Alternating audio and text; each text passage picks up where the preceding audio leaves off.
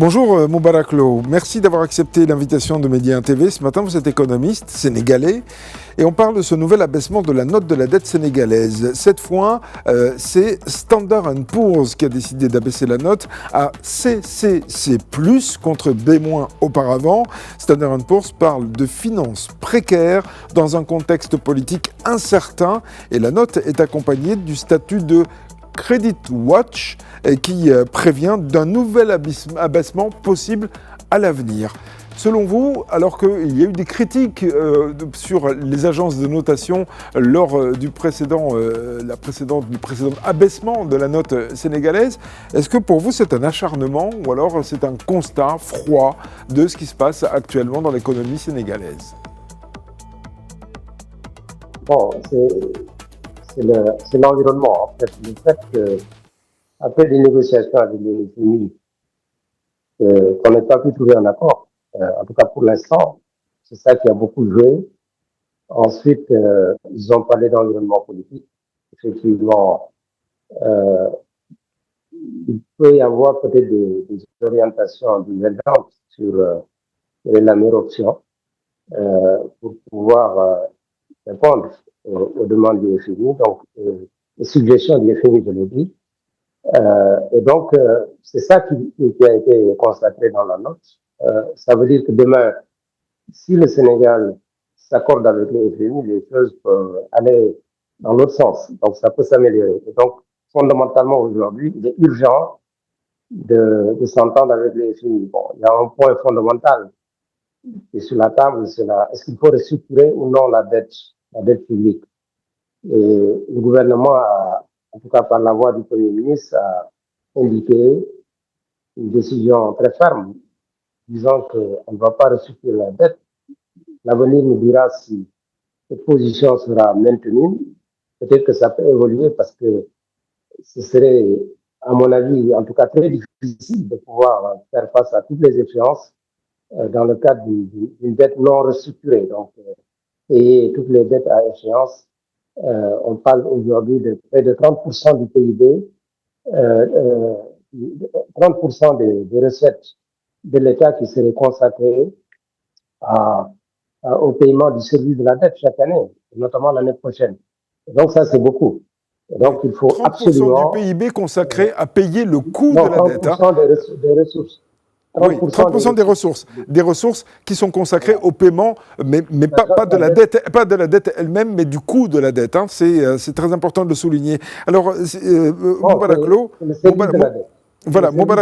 voilà, au crédit de la dette. Moubarak Lo, le Standard & Poor's parle de situation économique préoccupante avec un déficit budgétaire de 14%, c'est ce que nous dit Standard & Poor's, et un encours de la dette publique qui représente 119% du PIB. Vous dites il est urgent de restructurer, mais est-ce que cette restructuration n'inquiéterait pas les marchés mondiaux? Bon, vous savez, c'est comme une plaie. Il vaut mieux soigner la plaie et ensuite retrouver la guérison. Donc, on aura sans doute 2 ans difficiles. Nous ne pourrons pas nous adresser notamment au marché des eurobonds. Mais après ces 2 ans, la situation serait favorable pour permettre au pays de retrouver les financements privés, sachant que la dette multilatérale ne serait pas, en tout cas, concernée. Donc, le jour où le Sénégal s'entend avec les FMI, tous les bailleurs bilatéraux et multilatéraux vont sans doute revenir au chevet du Sénégal et continuer le programme. Maintenant, la dette privée, ce sera plus difficile parce que c'est là où il y aura un choc. Mais le choc, c'est pour les dépasser. Ça veut dire que d'ici 2 ans, le Sénégal aura suffisamment remboursé, en tout cas, les échéances à venir avec une dette restructurée. Son économie aura suffisamment progressé parce que n'oubliez pas que nous entrons dans une phase de croissance accélérée, au moins pendant quelques années. L'année prochaine, cette année déjà, on espère faire plus de 7%. L'année prochaine également. Donc, tout ceci permettrait, avec même le rebasing du PIB, donc on est en train de faire des calculs du PIB du Sénégal pour incorporer des choses qui n'étaient pas dedans, qui permettraient d'augmenter le PIB, donc de réduire le poids de la dette. Et donc, progressivement, le gouvernement aussi a mis en place un plan de mobilisation des ressources. Sans doute, dans le cadre du programme avec les FMI, il y aura des actions de réduction des dépenses et de rationalisation, disons, des dépenses publiques. Et tout ceci combiné permettrait au pays, d'ici 2 ans, à mon avis, d'améliorer sa situation et de retrouver la confiance des marchés. Parce que, Oui. comme vous le savez, sur le marché, le point essentiel, c'est la confiance, la perception, et pas forcément la réalité. Oui. Alors, vous l'avez dit, il y a des perspectives de croissance qui sont quand même assez notables pour le Sénégal, pour l'année à venir et les années suivantes, espérons-le en tout cas. Mais à la fois, le gouvernement a annoncé de nouvelles taxes. Taxes sur les paiements mobiles, les jeux en ligne, le tabac, l'alcool. Est-ce que ce n'est pas de nature à freiner justement la croissance, d'instaurer des nouvelles taxes? Oui, bon, vous savez, en matière de taxation, tout dépend des secteurs visés. Parce que les secteurs qui sont visés ne portent pas la croissance. Donc, ça veut dire que c'est des secteurs, disons, qui ne sont pas très importants dans le PIB, même si ce sont des secteurs émergents, notamment le transfert d'argent, mais le poids dans le PIB n'est pas encore important. Ce qui fait qu'il n'y a pas de risque, en tout cas, sur la croissance. Ça ne va pas beaucoup impacter le PIB. En revanche, ça peut impacter, disons, la qualité de vie. Parce que si vous prenez le transfert mobile, c'est très utilisé aujourd'hui. Donc, ça peut réduire en quelque sorte le revenu disponible des ménages après taxation. Donc, et ensuite, rien ne vous prouve que les consommateurs ne vont pas réévaluer leur consommation. Donc, ça veut dire que l'impact n'est pas assuré de la taxation parce que si la consommation baisse, le revenu attendu ne serait pas au rendez-vous. Est-ce que tout de même, cette situation globale du Sénégal, le poids de la dette, les notes qui sont dégradées par les agences internationales, des taxations, même si elles ne sont pas, vous l'avez dit vous-même, très très significatives sur l'ensemble de la consommation des ménages, finalement, est-ce que ça ne commence pas à inquiéter quand même les Sénégalais, tout ça? Bon, c'est vrai que les Sénégalais s'interrogent. Maintenant, il faut que le gouvernement améliore sa communication. C'est peut-être ce qui est urgent aujourd'hui, de montrer clairement le cap et de mobiliser aussi les Sénégalais autour de ces chantiers de réforme. C'est une situation très difficile et c'est paradoxal qu'au moment où on a besoin de cette mobilisation nationale, qu'il y ait, disons, des dissensions supposées au sommet de l'État. Donc, il faudrait sans doute corriger cette situation. Donc, apaiser, disons, la situation politique et institutionnelle, donc au niveau de la gestion publique, mais également mobiliser les citoyens par un discours clair qui montre le cap et qui promettent de partager les fruits, disons, des sacrifices que chacun sera appelé à faire pour pouvoir passer cette étape difficile. Oui. Lors de la précédente notation, c'était par Moody's, il y a quelques semaines seulement, le ministre sénégalais des Finances s'était insurgé contre les agences de notation en disant que voilà, elles produisaient des rapports sans tenir compte de la spécificité des économies, et particulièrement les économies africaines. Bref, et il y avait eu cette espèce de fronde anti-agence. Est-ce que le Sénégal, et puis peut-être aussi d'autres pays africains, peuvent faire fi de ces agences de notation internationales, ou alors est-ce qu'elles en ont véritablement besoin de toute façon pour pouvoir lever des fonds? Bon, vous savez, si le Sénégal veut aller sur les marchés des eurobonds, il est tenu de faire ces notations. C'est ça qui permet de rassurer les investisseurs financiers qui prennent des risques sur le Sénégal. Et donc, c'est le Sénégal, d'ailleurs, qui a engagé ces agences. Il faut le savoir. Les agences ont des contrats avec le Sénégal pour pouvoir noter le Sénégal. Maintenant, il faut accepter les points positifs et les points négatifs de ces notations parce que dans le passé, le Sénégal faisait partie des pays les mieux notés en Afrique subsaharienne. Donc, maintenant que les choses se renversent, on ne peut pas aussi critiquer les agences. De manière structurelle, il est clair qu'il faut améliorer les notations de ces agences introduire plus de facteurs structurels. Parce que pour moi, une notation d'un pays doit au moins intégrer 4 éléments. Le premier élément, c'est effectivement la situation des finances publiques, mais c'est pas tout. Deuxièmement, il faut regarder la situation politique, la stabilité politique. Troisièmement, la sécurité dans le pays. Et sur la sécurité, le Sénégal a une très bonne réputation. La stabilité aussi, on est un peu stable, même si actuellement, disons, il y a des questionnements. Mais le dernier élément pour moi qui est très important, qu'on oublie souvent, c'est les facteurs structurels. Donc, il faut regarder la solidité du pays en termes de capital humain, d'infrastructure, de technologie, même de cohésion sociale, même de gestion environnementale. Et sur ces points-là, le Sénégal demeure un pays solide. Si on regarde, disons, le classement des pays africains, il ne va pas sortir des 10 premiers en termes de compétitivité structurelle, ou en tout cas des 12 premiers. Parce que moi-même, je fais des travaux dans ce sens. Donc, je pense qu'il faut élargir et sans doute créer aussi des alternatives. Il y a d'ailleurs un projet de mise en place d'une agence africaine de notation. J'espère que cette agence pourra incorporer ces éléments, mais il faut savoir que si vous devez aller sur les marchés euro-dollar ou enfin dollar-bond ou euro-bond, vous serez obligé aussi de faire appel à ces agences. Donc peut-être qu'il faut combiner ces différentes notations pour avoir une bonne situation. Notez aussi que la notation du Sénégal en termes d'endettement régional ou national est très bonne aujourd'hui.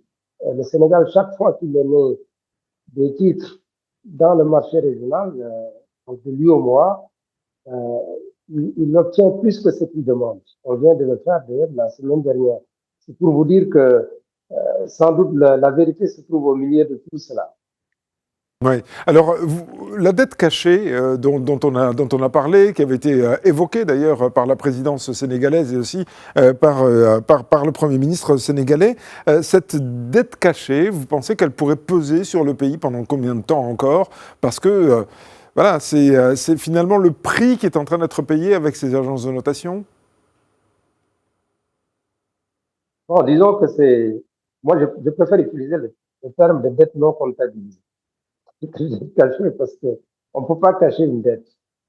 En fait, c'est parce que si on fait le due diligence, le travail qu'il faut, il n'y a aucune dette que vous ne pourrez pas, disons, découvrir parce que les dettes sont prises, notamment auprès du secteur bancaire. Il suffit que la Banque centrale ou le gouvernement, disons, qui arrive, passe une note à toutes les banques pour leur demander d'indiquer la dette que le gouvernement leur doit pour que on puisse, disons, avoir un bon aperçu de la situation d'endettement du pays. On est en train de le faire. Peut-être qu'il fallait commencer par ça. Et maintenant, la dette non comptabilisée ou cachée, on parle de 5 000 à 6 000 milliards. Bon, c'est pas, disons, la mer à boire. Chaque année, disons, ça augmente le service de la dette, mais bien évidemment, ça peut se gérer, disons, d'ici 5 ans. Si tout se passe bien, le Sénégal devrait retrouver un rythme d'endettement beaucoup plus réaliste, donc arriver au taux historique qui était en dessous de 70%, qui est, disons, la norme fixée au niveau régional. Et donc, oui. Avec déjà l'embellissement du PIB, parce que n'oubliez pas, comme je vous dis, le PIB va augmenter ipso facto sans rien faire, parce qu'il y a une réévaluation des activités dans le pays. La dernière fois, on avait obtenu plus de 30%. Cette fois-ci, sans doute, on aurait moins, mais même si on gagnait 20%, c'est déjà 20% de gagné. Ensuite, la croissance va amener d'autres éléments. Ensuite, le gouvernement lui-même pour ralentir le rythme d'endettement. Donc ça aussi, c'est des facteurs qui permettraient d'amoindrir le poids de l'endettement. Parce qu'il y a des solutions innovantes comme la mobilisation des Sénégalais de la diaspora pour des bons patriotes, comme on dit, pour des prises de participation dans des chantiers publics ou des industries nationales. Et donc tout cela constitue des pistes que le gouvernement est en train d'étudier pour pouvoir sortir de l'ordinaire. Alors actuellement, on l'a dit tout à l'heure, le déficit budgétaire se situe entre 12 et 14%. Standard & Poor's parle plus de 14% que de 12%, mais bon, peu importe. La question que je voulais vous poser concerne les perspectives gouvernementales. Le chef du gouvernement a indiqué qu'il voulait revenir à un déficit de 3% d'ici à 2027. On est entre 12 et 14 pour l'instant. Oh, ça, c'est impossible. Est-ce que c'est réaliste? Ça, c'est impossible. Disons, d'ici 2030, on peut retrouver le déficit de 3%. Surtout que le PIB va augmenter. Surtout que comme le PIB va augmenter, effectivement, le déficit va baisser en proportion. Ça, c'est un élément. Mais malgré tout, passer de 14 à 3% en 2 ans, c'est un record mondial, je le dis. Donc, je pense qu'il vaut mieux garder une perspective quinquennale pour pouvoir retrouver ces 3%. D'ailleurs, je précise que ces niveaux de déficit ou d'endettement, d'ailleurs, il n'y a aucun fondement théorique qui justifie que le déficit ne doit pas dépasser 3%. C'est pareil pour l'inflation. Donc, ça veut dire que tout ça est relatif, mais c'est une discipline communautaire qui veut que les pays se fixent des normes et essaient de les atteindre en matière d'endettement par rapport au PIB, en matière d'inflation et de déficit budgétaire. Mais il n'y a pas un consensus entre les économistes sur les bons taux concernant tous ces agrégats que je viens de citer. Oui. Standard & Poor's accompagne sa nouvelle note de CCC+, par aussi le statut de Credit Watch, qui voilà une forme pour prévenir qu'un nouvel abaissement est possible. Alors évidemment, on ne va pas tirer de plan sur la comète. Voilà, possible aussi qu'il n'y ait pas de nouvel abaissement de la dette souveraine sénégalaise. Cela dit, si ça devait arriver, faisons un petit peu de fiction, si ça devait arriver, ce serait un soubresaut ou le coup de grâce? Bon, disons, les prochaines semaines et mois vont être décisifs parce que aujourd'hui, les échéances tombent tous les jours. Donc, le gouvernement a fait un communiqué pour dire qu'il s'engage à payer toute la dette à la date fixée. Donc, il faudra qu'il respecte sa parole parce que si dans les mois qui viennent, malgré cette déclaration, il y a des échéances non payées, un jour ou l'autre, je veux dire,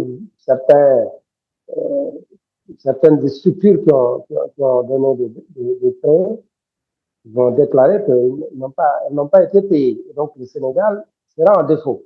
C'est ça que Standard & Poor's essaie de dire. Et donc, ça, c'est effectivement le jour où il y a un défaut, un seul défaut, ou une cascade de défauts. Bien évidemment, la note va être encore plus négative. Et ça va affecter la capacité du Sénégal à aller sur les marchés, y compris même au niveau régional. Parce que aujourd'hui, l'enjeu est là. Parce qu'aujourd'hui, la seule dette que le gouvernement prend, il prend ça au niveau régional, dans le marché de l'UEMOA.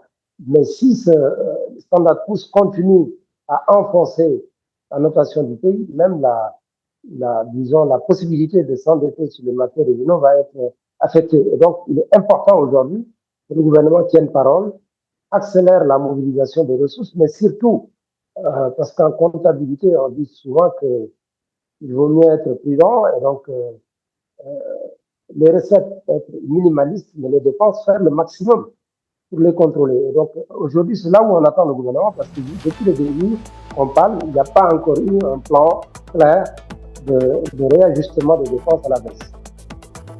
Merci beaucoup Moubarak Lo d'avoir été l'invité ce matin de Medi 1 TV. Je rappelle que vous êtes économiste, vous êtes sénégalais, vous étiez d'ailleurs en direct depuis Dakar. Merci d'avoir été avec nous ce matin et excellente journée à vous.